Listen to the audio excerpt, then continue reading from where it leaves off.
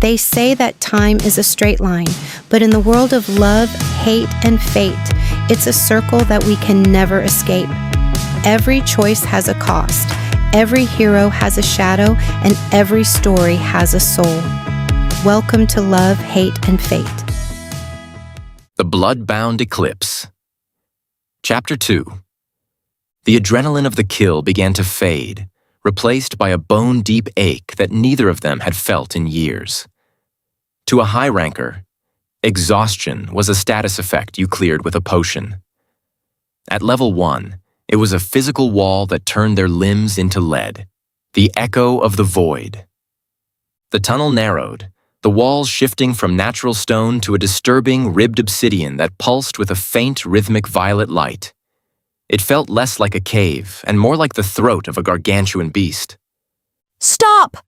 Lyra hissed, her hand shooting out to catch Kaelin's bicep. The golden chain jerked between them, humming. Kaelen stiffened. His instinct was to shake her off. No one touched the commander of the Sun-Sighted without permission. But the forced proximity buff flared in his peripheral vision. A strange, unwanted warmth spread from where her fingers met his skin, momentarily dulling the throb in his mangled shoulder. "What is it?" he whispered. Tripline. She breathed.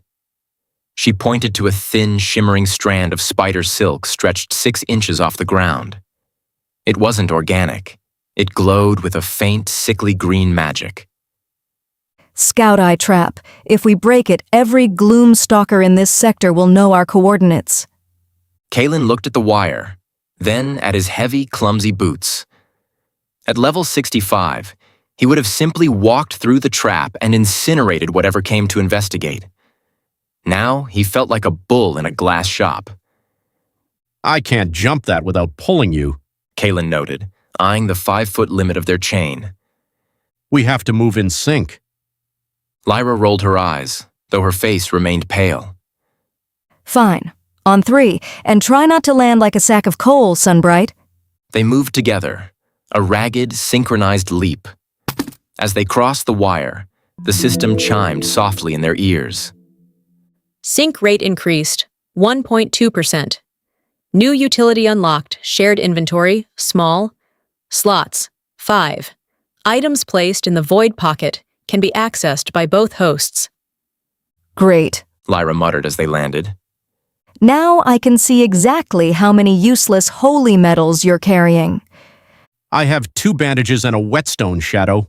Kaelen snapped. He looked at the new menu. "But the sync rate.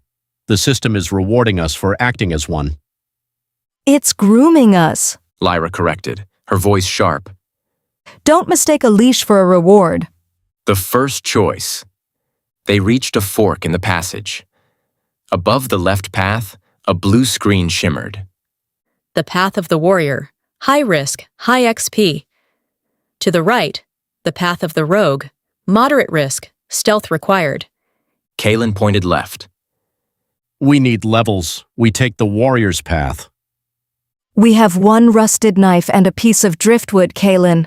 Lyra countered, her violet eyes flashing.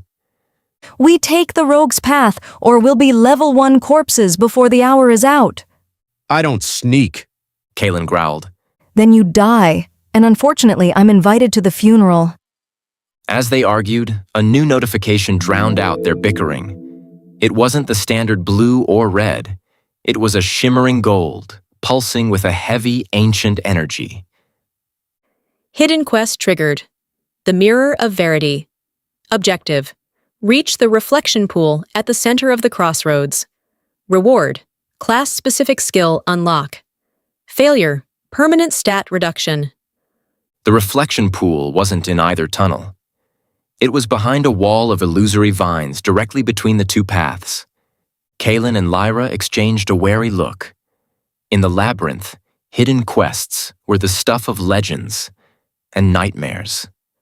They were how Sungi Jinwoo became a god, but they were also how thousands of nameless hunters vanished into the dark. "Together?"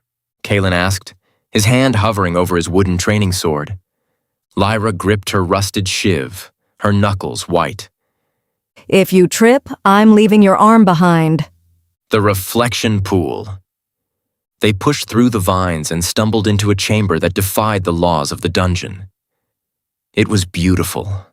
A grotto of white marble illuminated by a pool of liquid starlight. As they approached the water, their reflections didn't show the rags they wore or the dirt on their faces. Kaelen saw himself in his full commander's regalia, standing atop a mountain of defeated foes. Lyra saw herself draped in the shroud of night, a crown of shadow upon her head. But then, the water rippled. The images merged. The Kaelen in the water reached out and took the hand of the Lyra in the water. As they touched, the gold and violet energies of their powers swirled together, creating a blinding, terrifyingly beautiful eclipse. Trait discovered, bound destinies. Plot twist, your previous lives were not your first. The sun and the moon have met in this labyrinth 1,000 times before. Each time, you killed each other. This is the first time you have shared a breath. The room began to shake. From the pool, a creature made of pure, liquid mercury rose. It had no face, only a shifting surface that mirrored both of them. Boss. The Echo of the Void, Level 5. Level 5.